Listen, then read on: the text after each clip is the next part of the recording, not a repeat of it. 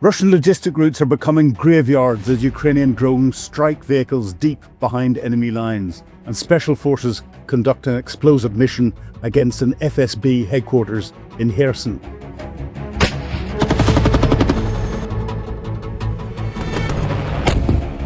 Kharkiv again. I'm Philip Ingram, standing in for Jerome Starkey this week on the Sun Frontline. Ukraine is implementing its own sanctions against Russia, but on the front line, and it's creating a drone-based siege around Russian forces in Mariupol in an effort to disrupt broader Russian operations in the region. Mariupol, located in the Sea of Azov, it's a key port and industrial centre vital to Ukraine's, or it was vital to Ukraine's economy, but critical to the road that carries supplies from Russia down into Crimea. It's an important part of the Russian land bridge. It was the first major Ukrainian city to fall in 2022 after months of urban fighting. And after capturing the city, Russia transformed it into a major logistics hub for supporting operations up into the Donetsk region around Zaporizhia, but also more importantly, in keeping supply routes open down into Crimea. Ukraine is attacking the highway and trucks that are taking vital supplies from Russia down into Crimea, turning it into a no-go zone. They've got their FPV drones at a sufficient range to make sure that nothing can operate safely on that highway. Ukraine drone operators are not just hunting for Russia's trucks and logistics and attacking everything that's going along routes. They're looking for Russian spooks as well. In occupied Kherson, elite Ukrainian drones operated by Ukraine's SSU Alpha unit rained hell on a regional headquarters of Russia's FSB, their security services, killing at least 100 individuals in a coordinated attack.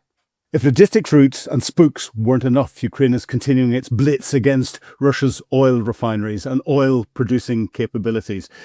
President Zelensky turned around and said he was going to impose his own oil sanctions on Russia. He's doing it in a very explosive way. A swarm of Ukrainian kamikaze drones struck deep inside the savage Russian hinterland. Their target? The massive Syran oil refinery, more than 800 kilometers from the border. This Rosneft facility, capable of producing nearly 9 million tonnes of oil, was set blazing. But Kyiv didn't just stop there. Russia's fourth largest oil refinery is now on its knees.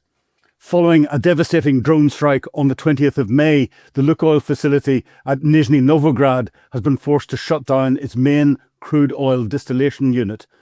This isn't just a scratch. This plant is Russia's second largest gasoline or petrol producer. That single strike wiped out 53% of the refinery's total capacity, taking a staggering 190,000 barrels a day offline. The attack in these two refineries are not just isolated. They're part of a ripple effect of attacking refineries across Russia, no matter how far they are from Ukraine. The effect of this ripple is massive. Virtually all major refineries in central Russia have been forced to halt or to throttle their output. The absolute chaos of the Kremlin's energy sector and fuel supply is becoming increasingly visible to the average Russian person.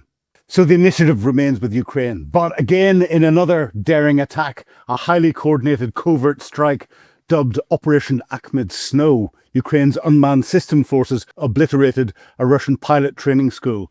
This wasn't just a classroom. This was a hub for producing ammo and deadly UAV components for the Russian military. From the front lines of Kherson to refineries hundreds of miles deep into Russian territory, Ukraine is continuing to send clear and a very explosive message that nowhere is safe. For months, Vladimir Putin has been terrorizing Ukraine with devastating glide bombs, but now Kyiv is retaliating. It has the answer. It's grown its own glide bomb capability. Meet the very Vash glide bomb kit. It's a cheap, homemade, deadly glide bomb kit that has been built right here in Ukraine. It's already weakening Russian capability and wreaking havoc. Kyiv is no longer waiting for Western hand-me-downs. They're holding their own with these bunker-busting kits that are designed to clip onto current old Soviet 250-kilogram bombs and turn them from a dumb bomb into a smart glide bomb that can hit a target many tens of kilometers much further behind enemy lines. And the skies are becoming even more dangerous. In the daring bits in Crimea, Ukraine is now strapping unguided missiles onto FPV drones, or the FP1 and FP2 drones, and turning them into flying rocket launchers. Meanwhile, the French-supplied Assam Hammer bomb was just caught on camera absolutely vaporizing a Russian bunker, showing that Western equipment is still being used to good effect. But the Russians are so desperate to survive the drone swarms, they're now dropping burning thermite to try and melt through the Ukrainian anti-drone nets. This brutal, high-tech cat-and-mouse game continues. So let's look at the meat grinder now. After months on the back foot, Ukrainian forces are clawing back the tactical initiative. Elite units have rushed to the northern front and are launching fierce counterattacks in the Vovoshank area. Further south, Kyiv's men are making solid gains around Lyman. However, make no mistake, the war is balanced on a knife edge. Putin's forces are relentless, and they're making critical gains in the Pokrovsk sector. And in terrifying developments, Russian troops have smashed their way to less than 10 kilometers outside the vital stronghold of Kramatorsk. If that falls, the entire Donbass is at risk. So with everything happening, what does a desperate Putin do? Well, he does as he's always done. He rattles the nuclear saber. Russia and Belarus have launched joint nuclear drills, moving devastating munitions right to NATO's doorstep. It's a classic Kremlin intimidation exercise, but also sending a message, because Putin was on his way to Beijing. He's running out of friends. He went to Beijing, crawled to Beijing, more accurately, to beg for a massive new gas pipeline deal, bringing a huge entourage with him. But Xi Jinping welcomed him in the same way he did with Donald Trump, but like he did with Donald Trump, sent him packing empty-handed. Off the battlefield, the Kremlin is panicking. To cover up a bleeding economy and a massive budget deficit, Putin is raiding Russia's gold reserves. He expected there to be a cash windfall from the spike in oil prices with the war in the Middle East, but it hasn't happened, and it's failed to save them. So he's now having to dip into the final bit of money that Russia may have, the gold reserves. But the biggest shockwave might be happening here, back at home. Number 10 Downing Street talked of new sanctions against Russia. They'd been approved last year. The sanctions stopped the purchase of any products that have been refined from Russian oil across the globe. However, the government has just watered down those sanctions. Instead of it being falling off a cliff for access to Russian oil or products refined for Russian oil, the government has decided to make it a series of steps to make it more gentle for the British economy, but it's more gentle for the Russians because they're not falling off that economic cliff. That means that there's still money going from the British taxpayer and British sources buying Russian refined oil, and that money is being used to kill Ukrainian civilians and Ukrainian service personnel. And now to your questions. Thank you for those that have put them below. Remember, at the end of this, if you've got any, put them in the comments below and we'll endeavour to deal with them in the next week or so. So the first question is brilliant. What's the reason why Russia can't shoot down Ukrainian middle and long-range drones? The principal problem for Russia is that they don't have a sufficiently capable air defense system. But that's not down to a lack of systems.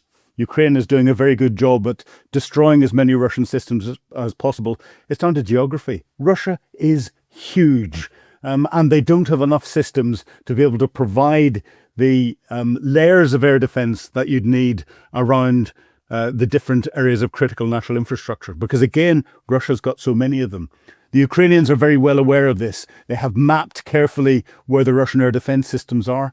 They send decoys out to get the Russian air defenses to fire their missiles, their anti-air missiles, to shoot their guns and waste their ammunition against drones that aren't carrying warheads, and then very carefully weave their medium-range cruise missiles and their medium and long-range drones through the paths to avoid as many of the Russian air defense systems as possible. It's down to geography and it's down to lack of capability. Could Ukraine target the massive naval sea base in St. Petersburg? The simple answer is yes. There is nowhere off limits at the moment for Ukraine's ingenuity. We're seeing them targeting oil refineries thousands of kilometers from the Ukrainian border with drones and we've got the Flamingo cruise missile, but we've also got audacious attacks like we saw with Operation Spider's Web, where smaller drones can be taken under the guise in a truck closer to bases and destroy strategic capabilities. It's been done at airfields. It could easily be done at ports. If you like what you've seen, please share it across your networks, put it across to social media, and of course, if you've got any comments or questions, put them in the comments below. Thank you for watching. Goodbye.